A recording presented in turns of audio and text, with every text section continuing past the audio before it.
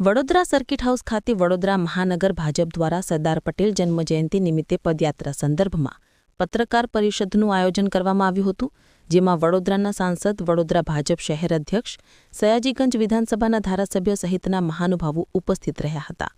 પત્રકાર પરિષદ દરમિયાન વડોદરા સાંસદે સ્વદેશી અપનાવવાની વાત પર ભાર મૂક્યો હતો. પત્રકાર પરિષદ પૂર્ણ થયા પછી અપાયેલી ગિફ્ટમાં મેડ ઇન ચાઇના લખેલું જોવા મળ્યું હતું.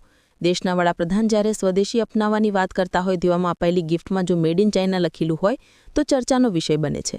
એક તરફ સ્વદેશી અપનાવવાની વાત કરી રહ્યા છે સાંસદ, તો બીજી તરફ તે જ કાર્યક્રમમાં મેડ ઇન ચાઇના લખેલી પાણીની બોટલો ગિફ્ટ અપાઈ. ખાસ કરીને અત્યારે સ્વદેશીનું ખાસ ચાલી રહ્યું છે, અભિયાન ચાલી રહ્યું છે. આપણે કીધું કે વડાપ્રધાન સીધું છે. આ અભિયાનમાં એવું કોઈ આયોજન છે કે બને ત્યાં સ્વદેશી બેઝ અપનાવવાનો પ્રયાસ થાય? આપનો ખૂબ પ્રશ્ન સારો છે. હું આપને કહેતા મને આનંદ થાય છે કે જેઓ પદયાત્રીઓ છે તેઓ પોતે સ્વદેશી પોશાકમાં હોય.